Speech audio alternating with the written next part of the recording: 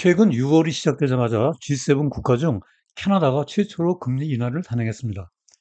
바로 하루 뒤 이에 뒤질세라 유럽중앙은행 ECB도 금리 인하에 동참했습니다.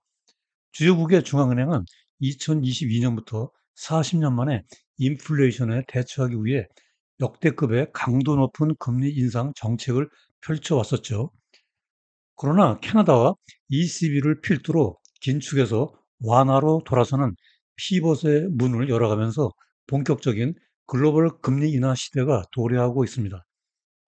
그러나 나 홀로 성장을 이어가고 있는 미국은 근본 6월 FOMC에서 오히려 금리 인하 예상 횟수를 줄임으로써 글로벌 금리 인하 물결에 역행하고 있습니다. 따라서 오늘 포커스 경제톡의 주제는 글로벌 금리 인하 시대, 연준은 지각생인가입니다. 오늘의 이슈 포인트는 주요국의 금리 인하 러시, 파월 의장의 진짜 속마음, 그리고 금리 인하는 항상 꿀맛일까 등의 순서로 진행해 보도록 하겠습니다. 자, 이제 그러면 그 상세한 이야기 속으로 들어가 보겠습니다. 안녕하세요. 포커스 경제톡의 오보 박사입니다. 오늘은 지난주 수요일 연 이틀간의 6월 FOMC가 끝난 후 나온 블룸버그의 기사로 시작해 보도록 하겠습니다. 여기 헤드라인 제목에서 보듯이 블룸버그는 새로운 고금리 장기화 시대에 연준은 글로벌 동료들과 다른 길을 가고 있다면서 연준의 금리정책 방향 결정에 대해 다소 실망 섞인 논평을 내놓았습니다. 반면에 인베스코의 글로벌 시장 전략가인 크리스티나 후퍼의 말을 인용하면서 지난주 두 개의 G7 중앙은행, 즉 캐나다와 ECB가 금리 인하를 단행한 것은 역사적인 사건이라고 극찬하고 있습니다. 현재 고금리 장기화 시대에 대부분의 서방 선진 경제 국가들의 관심사는 금리 인하이며 미국은 경제적 사정이 달라 금리 인하의 리더가 되지 못했다고 평가했습니다. 그러면 글로벌 중앙은행들의 금리 인하 러시가 어떻게 확산되어 가고 있는지 살펴볼까요?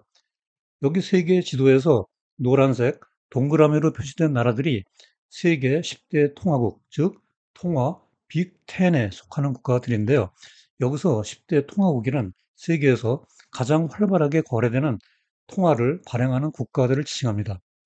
한국은 아직 여기에 포함되지 않았습니다. 이 국가들 중에서 이미 금리 인하에 문을 연 나라들이 캐나다, EU, 스위스, 스웨덴, 그리고 중국 등 5개 국가이고요. 금년 중으로 금리를 인하할 것으로 기대되는 나라는 미국, 영국, 그리고 노르웨이 등 3개 나라입니다. 상대적으로 인플레이션이 높은 호주는 동결, 그리고 마이너스 금리에서 탈피한 일본은 오히려 인상할 것으로 보입니다. 전체적으로 볼 때 올해 안에 10대 통화국 중 8개 나라가 금리를 내릴 것으로 보입니다. 이에 따라 바야흐로 2022년 이후 2년 만에 금리 인하로 글로벌 피벗 시대가 도래하고 있는 것입니다. 하지만 지난주에 끝난 6월 FOMC에서 연준은 글로벌 금리 인하 물결에 역행하는 정책 결정을 내렸습니다. 6월 FOMC 결과의 핵심 포인트만 간략히 정리해 볼까요? 금년 중 금리 인하 예상 횟수를 시장의 예상과는 달리 고작 한 번으로 축소했는데요. 지난 3월만 하더라도 3번이나 기대했잖아요. 내년 2025년에는 4번 금리 인하를 예상합니다. 여기 점도표 닷 플러스를 보면 19명의 FOMC 위원 중 4명이 금리 동결, 즉 노컷에 표를 던졌고요. 1회 인하가 7명, 2회 인하가 8명이었습니다. 이에 따라 예상금리 중위값이 5.1%가 되어 한 번 인하로 굳어진 것입니다. 내년과 후년에는 각각 4번 인하할 것으로 예상되고요. 그런데 여기서 각별히 주목해야 할 것은 장기 중립금리가 2.6%에서 2.8%로 올라갔다는 팩트인데요. 연준 의원들은 향후 인플레이션이 예상보다 더 길게 장기간 지속될 것으로 보고 있다는 의미로 해석할 수 있습니다. 그러나 파월 의장의 진짜 속마음은 기자회견 내용을 분석해 보아야 알 수 있습니다. 여기 이 사진은 파월 의장이 기자회견장에 입장하는 모습이고요. 곧 이어서 월스트리트 저널, 워싱턴 포스트, CNBC 등 기라성 같은 연준 출입 기자들의 예리한 질문과 응답으로 날카로운 공방이 오갑니다. 이날 1시간 가까이 계속된 기자회견에서 파월 의장의 진짜 핵심 발언은 두 가지로 압축해 볼 수 있는데요. 첫째는 오늘 아침 5월 CPI 결과에 대해 보고를 받았으나 대부분의 의원들은 점도표에 반영하지 않았을 것이다. 앞으로 오늘과 같은 CPI 지표가 더 나온다면 당연히 SEP 경제 전망은 달라질 것이다. 전도표는 고정되어 있는 것이 아니고 15명의 의원이 한 번 또는 두 번의 서로 다른 금리 인하 경로를 전망하고 있기 때문에 올해 두 차례 인하도 가능하다. 즉 이날 아침 8시 30분에 노동부가 발표한 5월 CPI 결과가 기대 이상으로 잘 나왔는데요. 이것이 점도표에 충분히 반영되지 않았다고 이실직고 한 것이나 마찬가지라고 할 수 있습니다.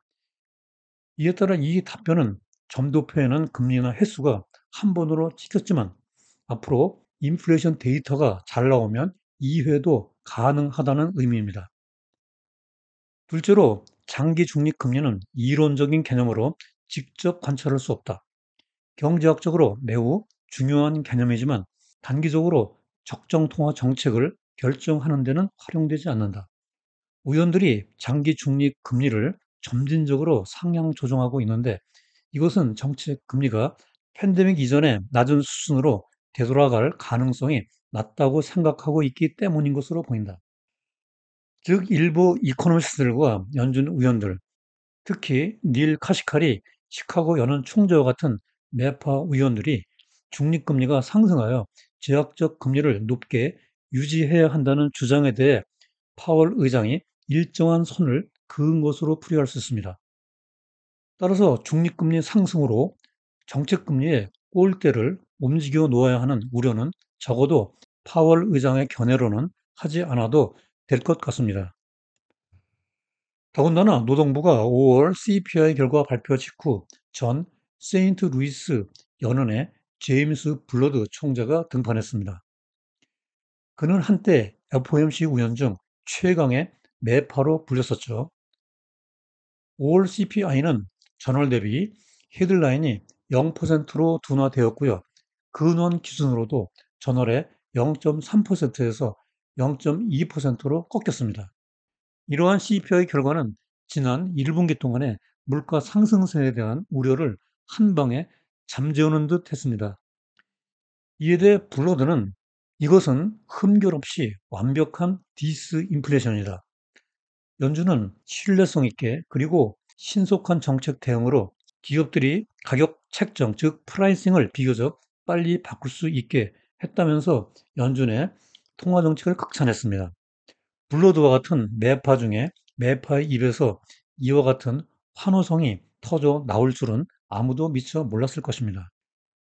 이상의 CPI에 이어서 하루 간격으로 발표된 선행 물가지표의 결과는 한층 더 고무적이었습니다. FOMC 다음날 발표된 생산자 물가 지수, 즉 PPI는 전월 대비로 0.2% 하락하여 작년 10월 이래 최대의 낙폭을 기록했습니다.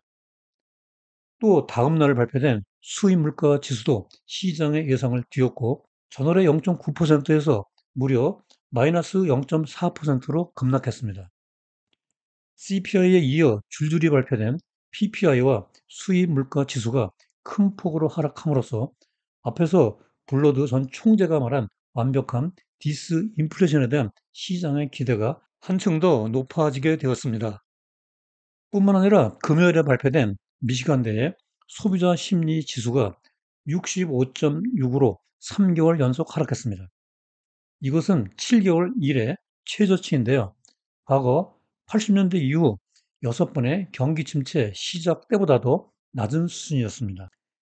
미국 경제에서 약 70%를 차지하고 있는 소비시장에서 소비자들의 심리지수 하락은 구매력 약화로 인한 소비 지출의 감소로 이어지게 되므로 경기 침체에 대한 우려가 높아지게 됩니다. 따라서 지난 FOMC에서 금년 내 1회 금리 인하를 예상한 점도표와는 달리 시장은 더 많은 긴축 완화에 배가 고픕니다. 여기 그래프에서 녹색 선은 점도표에 찍힌 예상 금리의 중위값이고요. 보라색 선은 일일물 인덱스 수업, 즉 오버나이트 인덱스 수업, OIS의 가격선인데요. 이것이 녹색 선보다 아래에 위치하고 있습니다. 즉 시장에서는 두 번에서 세 번의 금리 인하에 베팅을 하고 있는 것입니다. 이렇게 CPI, PPI, 수입물가 등 인플레이션 지표의 둔화세가 확연하고 소비자 심리지수마저 꺾이고 있어 한 번의 금리 인하로는 부족하다는 것이 시장의 반응입니다. 이에 따라 6월 FOMC의 매파적 금리 결정에도 불구하고 채권 시장에서 10년물 국채 금리가 급락하고 뉴욕 증시에서는 S&P 500과 나스닥 지수가 연일 신고가 경신 행진을 이어갔습니다. 하지만 투자자들은 역사적 사례를 보면 금리 인하가 항상 달콤한 꿀맛은 아니라는 사실에 유의해야 합니다. 여기 왼쪽 그래프는 골드만삭스 자료인데요. 금리 인하를 단행하기 전후에 S&P 500 지수의 움직임을 보여주고 있습니다. 가로축에서 0, 제로의 왼쪽이 금리 인하 전, 그리고 오른쪽이 금리 인하 후를 나타내고 있습니다. 맨 아래의 하늘색 선이 경기 침체에 선제적으로 금리를 인하했을 때, 그리고 맨 위에 녹색 선은 경기 침체가 없는 보험성 금리 인하의 경우 S&P 500 지수의 등락 추이를 보여주고 있습니다. 보험성 금리 인하의 경우에는 주가가 2년까지 약 50% 상승하는 반면에 경기 침체성 금리 인하의 경우에는 약 30% 하락하게 됩니다. 실제로 오른쪽 그래프에서 1995년과 1998년의 보험성 금리 인하의 경우에 S&P 500 지수는 각각 23%, 25% 상승했습니다. 따라서 투자자들은 보험성 금리 인하의 경우에 긴축 완화가 꿀맛이 되지만 반면에 경기 침체 금리 인하의 경우에는 쓴맛이 된다는 사실을 명심해야 하겠습니다. 자, 이제 오늘 영상의 끝 순서로 주요 내용과 시사점 그리고 투자자 관점에서 유의사항을 포커스 포인트로 정리해 보도록 하겠습니다. 첫째로 G7 중 캐나다와 ECB가 최초로 금리 인하 개시를 단행했고 10대 통화국 중 스위스, 스웨덴, 중국도 이미 선제적으로 금리 긴축을 완화하여 글로벌 중앙은행들의 금리 인하 시대가 도래하고 있다. 둘째로 반면에 미국은 상대적으로 노동시장이 아직 견조하고 나홀로 경제 성장을 이어가면서 인플레이션의 상승세에 대한 대응으로 6월 FOMC에서 G7 국가 중 지각생이 되었으나 최근에 인플레이션 지표들의 둔화세가 뚜렷하고 소비자 심리마저 우측되고 있어 시장에서 OIS는 두 번에서 세 번의 금리 인하에 베팅하고 있다. 실제로 역사적으로 금리 인하는 항상 꿀맛이 아니다. 경기 침체를 방어하기 위한 금리 인하의 경우에 주식시장은 큰 폭의 조정이 불가피하다. 그러나 보험성 금리 인하의 경우에는 대세 상승의 기회이다.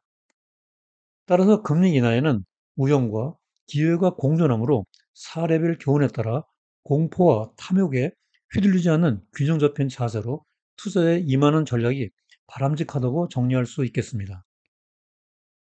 본 영상 시청 후 블로그 우보의 경제나무에 들어가면 전체 방송 대본 스크립트를 읽어볼 수 있습니다. 영상에서 놓친 구체적인 데이터 확인과 복습용으로 많이 활용해 주시기 바라고요. 영상 업로드 몇 시간 후 댓글에 바로가기 링크를 걸어 놓겠습니다. 오늘 영상이 도움됐다면 구독과 좋아요 부탁드리고요. 다음에도 여러분들의 글로벌 경제 지식을 넓히고 투자 생활에 힘과 도움이 되는 더욱 유익한 영상으로 또다시 찾아뵙겠습니다. 오늘도 끝까지 시청해 주셔서 대단히 감사합니다.